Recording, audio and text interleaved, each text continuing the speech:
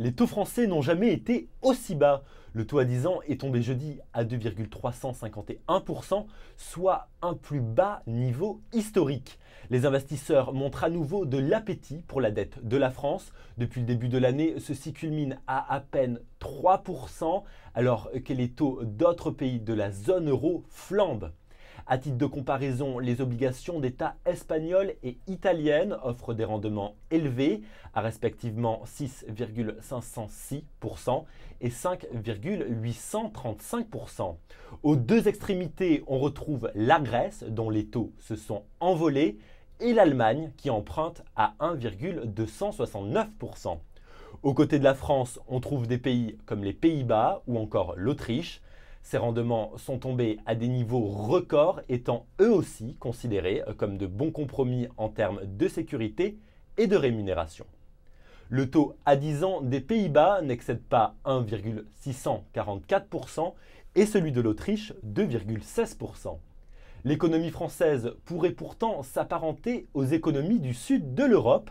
Sa compétitivité est en baisse, son déficit public élevé et sa balance commerciale déficitaire.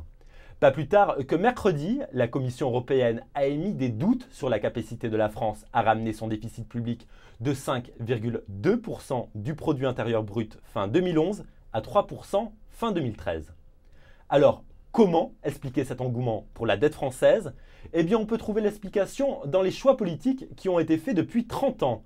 En 1983, François Mitterrand choisit la politique du franc fort en collant aux marques allemandes. C'est la fin du socialisme en économie et le choix de lier de manière inconditionnelle la France à l'Allemagne. En fait, la création de la monnaie unique ne fera finalement qu'institutionnaliser cette alliance. Aujourd'hui, l'enjeu pour François Hollande, c'est de combler l'écart avec l'Allemagne pour maintenir ce lien. À l'abri de l'euro, la France a relâché ses efforts. Les prix ont plus augmenté dans l'Hexagone que de l'autre côté du Rhin. Et à 56% du PIB, la dépense publique française est de 10% supérieure à celle de l'Allemagne. Pour que les divergences entre les deux pays ne soient pas irrémédiables, la France de 2012 doit faire un choix de la même nature que celui de 1983. Rappelons que des appartenances politiques différentes des dirigeants des deux pays est souvent synonyme de succès. L'histoire l'a plusieurs fois prouvé à travers des duos qui ont jalonné la construction européenne. Georges Pompidou et Willy Brandt avaient ouvert la voie en mettant la volonté de dialogue pour avancer ensemble au-dessus de leurs divergences politiques. Ils ont ensuite été suivis par Valéry Giscard d'Estaing et Helmut Schmidt, puis par François Mitterrand et Helmut Kohl. Cette période est marquée par des symboles forts. Tout le monde se souvient de l'hommage aux soldats de la Première Guerre mondiale, à Verdun en 1984, ou encore de la création d'Arte un an après la chute du mur de Berlin.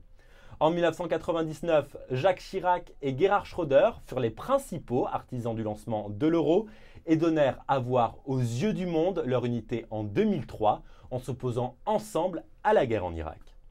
Le nouveau président socialiste devra donc rapidement trouver son style afin de poursuivre l'aventure avec la chancelière conservatrice Angela Merkel pour espérer sauver l'unité de la zone euro.